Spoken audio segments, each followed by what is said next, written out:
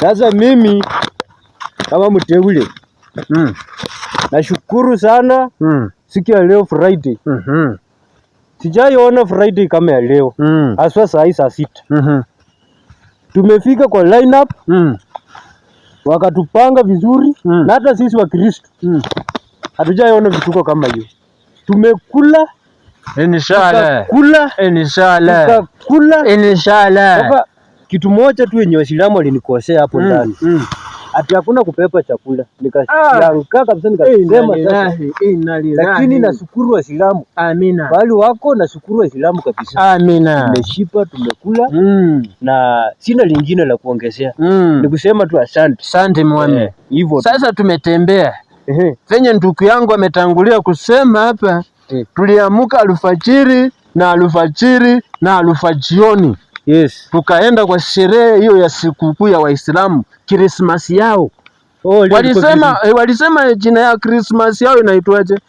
Nimesahau jina. Victory. Tumekula, tumeshipa sana. Yes. Waislamu, thank you so very much kwa kutualika. Alafu mimi nilikuwa na swali na nichanganya. Lesa baba. Unaweza pata mrembo hapo ndani kwa Waislamu hapo ndani. Sasa unajua kwa Waislamu akujulikaniki mrembo ni mkani ama mama ni mkani. Amevaa vitu mrefu amevaa vitu mrefu alafu wamevunika ni macho tu. Hata inaweza kuwa ni mpapa. Yaani umesiba mpaka unatoa jasho. Nakwambia.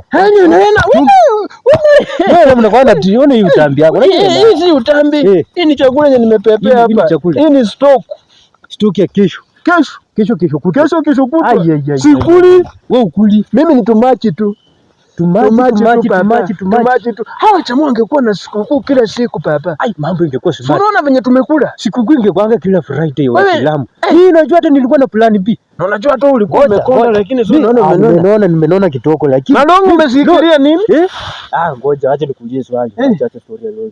Wewe unajua kila siku ingekuanga hivi. Kila Friday. Mimi ningekuwa nimeona kitu.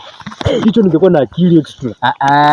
Hata juzi walisema ukinona kichwa hauna akili, punguza kukula. Sasa acha nikuulize swali. Walisema ukikula sana unatoa hewa chafu. Walisema walirudi wakaongezea. Walisema usikule mandizi sana. Na nilikuwa nakuangalia kwa hiyo sherehe ya Waislamu. Kwa hiyo unakula lakini umeniangalia. Sasa unakula sana mandizi. Utakuwa na tumbo kubwa na kichwa kubwa. Alafu haitakuwa na akili. Sasa akili inatoka wapi?